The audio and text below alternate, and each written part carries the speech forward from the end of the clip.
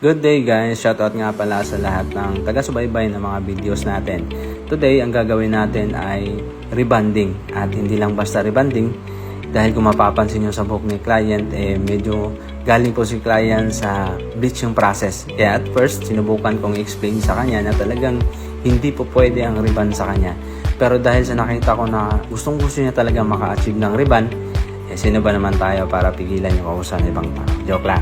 So, pinagbigyan ko si client sa kagustuhan niya, pero isang napakalaking challenge po kung paano gawin ang trabaho. Kung mapapansin nyo sa buhok ni client, medyo nag-dry na talaga yung parte ng buhok niya na tinamaan ng bleach sa nakaraang process ng buhok niya. Pero dahil sa mga secret weapon natin, secret ingredients, dito lang natin matagpuan sa salon natin. Kaya napagtagumpayan natin ang trabaho. Kung mapapansin nyo sa buhok ni client, nagawa natin yung rebonding